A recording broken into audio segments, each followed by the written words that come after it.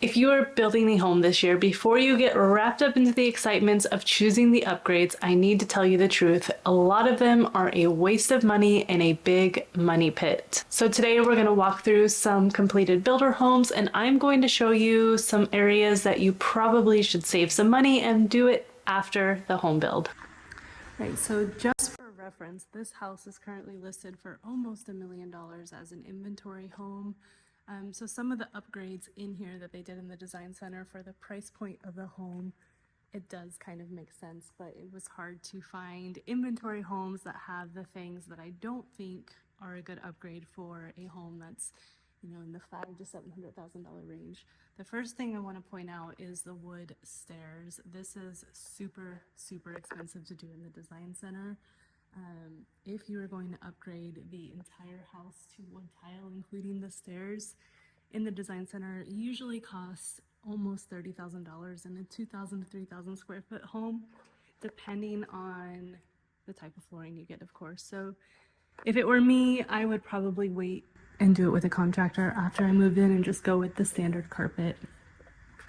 The next thing is these beautiful light fixtures.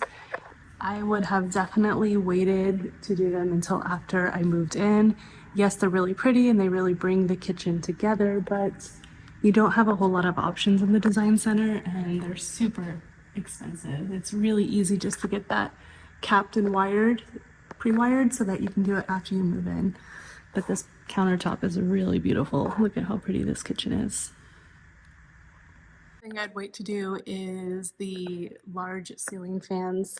Usually with these homes you get at least one standard, so I would take that one and then I would do the rest after I move in. You can get more of an energy efficient one, a nicer one, probably for a fraction of the price. It's really just not worth it to get ceiling fans with the builder. First thing I notice is these framed mirrors. That is such a waste of money in the design center. It's really expensive to do through them, at least $1,000 per mirror, and you can do this pretty affordably after you move in. Same with the bathroom hardware. You can definitely change this out after you move in for a lot cheaper than it is in the design center. Just make sure that the cutouts are the ones that you're going to get afterwards. Otherwise it can get expensive to recut into the countertop. Same with the hardware in the kitchen. Usually in the design center, all the hardware within the bathrooms and kitchen are all together. It's one package, but the choices are super limited and it's really, really pricey. Shower heads, definitely wait till after.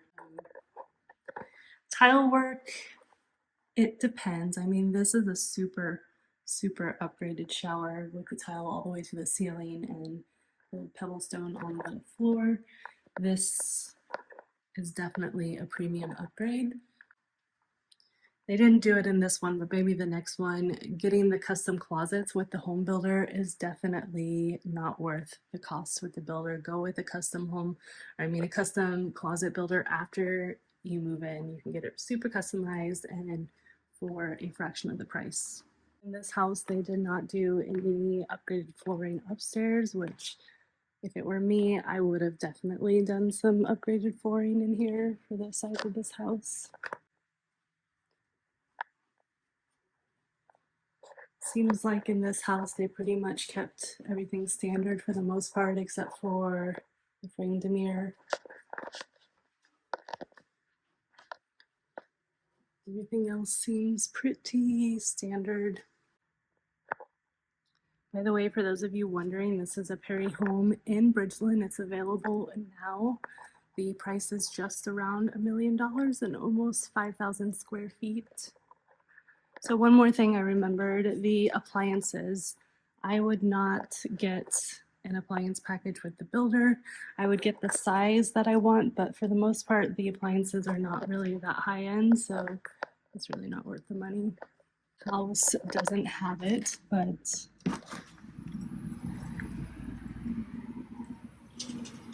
another thing that is a waste of money to get with the builder is an outdoor kitchen. I highly recommend that you get it prepped for one, where you get the gas line and the water lines and all that so that you can come in and do a kitchen after you move in. But doing the actual kitchen with the builder is extremely expensive. Again, outside I wouldn't get ceiling fans with the builder. I would just get it pre-wired so that you can add them in after you move in.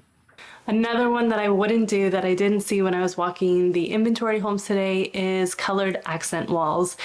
In the design center, you get to choose the color walls you want in your house, and they're going to paint the entire house those colors. If you want one wall black or just some kind of accent, you want the media room painted, that is significantly more with the builder than just getting a contractor afterwards. The reason is because they buy these buckets of paints in large volumes, and if they have to get a special color just for you, you're going to pay for that. So I would keep it simple, do one color, and then paint the accent walls after you move in.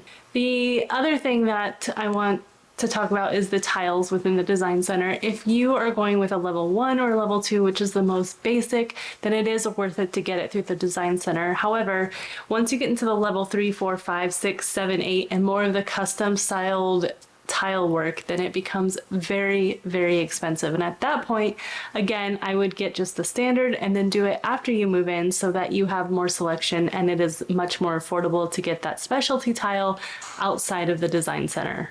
If you found this video helpful, there is a playlist on the 9 upgrades I would most definitely invest in when you go to the design center, so make sure you check out that video. As always, thank you so much for watching, and I will see you next time.